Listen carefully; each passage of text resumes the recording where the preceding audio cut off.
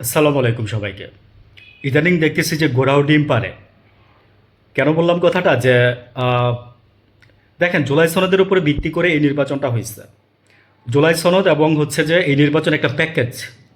আপনি একটা মেনে নিচ্ছেন আর একটা মেনে নিতেছেন না। মানে তাহলে গোড়ায় ডিম পারছে না ভাই? গোড়ায় ডিম পারছে, রাইট। আচ্ছা, এই নির্বাচন এখন মুখ খুলছে ইউনূস সাহেব। ইউনূস সাহেব আজকে 3 দিনে, গতকালকে একটা ভাষণ দিচ্ছে বা বক্তৃতায় উনি বলছে, এবং তার আগের দিনের একটা বক্তৃতায় উনি বলছে। উনি বলছে যে যেমন মানে সংসদের দ্বিতীয় সংসদে বলছে যে সালাউদ্দিন সাহেব বলছে যে আহ, এটা আসলে কি, মানে এটা একটা থার্ড থার্ড জেন্ডারের মতো লাগতেছে। রাষ্ট্রপতির মানে আদেশে কিংবা ইয়েতে কোনো কিছু বাস্তবায়ন হইতে পারে না। অথচ রাষ্ট্রপতি দেখেন, একটা 13 তারিখে, 13ই নভেম্বর 2025 রাষ্ট্রপতি মানে একটা আদেশ জারি করছিল। সেটা কি ছিল?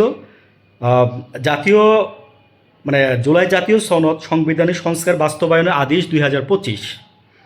তাহলে মানে এই রাষ্ট্রপতির কি তখন কোনো ভ্যালু ছিল না? এই রাষ্ট্রপতি কি তখন অবৈধ ছিল?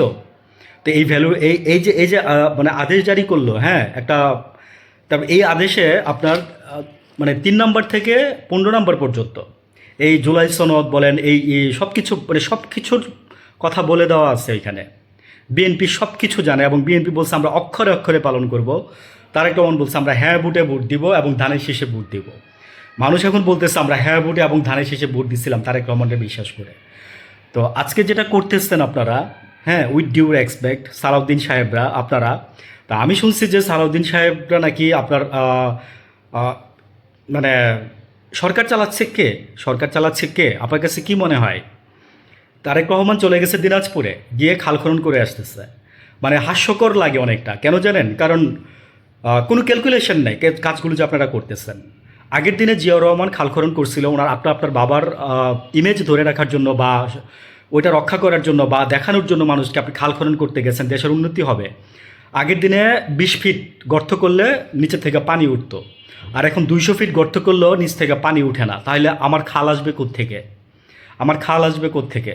বরং আরও আবাদি জমিগুলো আপনারা নষ্ট করবেন। জাস্ট এটাই বললাম আর কি। আপনারা যারা ক্যালকুলেশন করে এখান থেকে যারা এগুলো করছেন না, বের করছেন না, জাস্ট কিছু খাওয়া দাওয়া হবে আর কি। এগুলো যে ইউনুরে দিয়ে পাশ করাবেন, ইউনুর হাতে তো থাকে ওই যে কাবি খা, এই সেই, হ্যাঁ, মানে খাদ্যের বিনিময়ে কাজ। মানুষ, গরিব মানুষ কিন্তু এই যে মানে ভাই, অবুকের দেশে একটুখানি পাইছে গরিব মানুষ। তো গরিব মানুষ খুশি হবে না? 5,000 টাকা মনে হয় এক মহিলা পাইছে, শুনলাম, দেখলাম এই যে ফ্যামিলি কার্ডে। আলহামদুলিল্লাহ, খুশি। মহিলা পান খেতে খেতে দাঁত নাই। ভালো থাকবেন।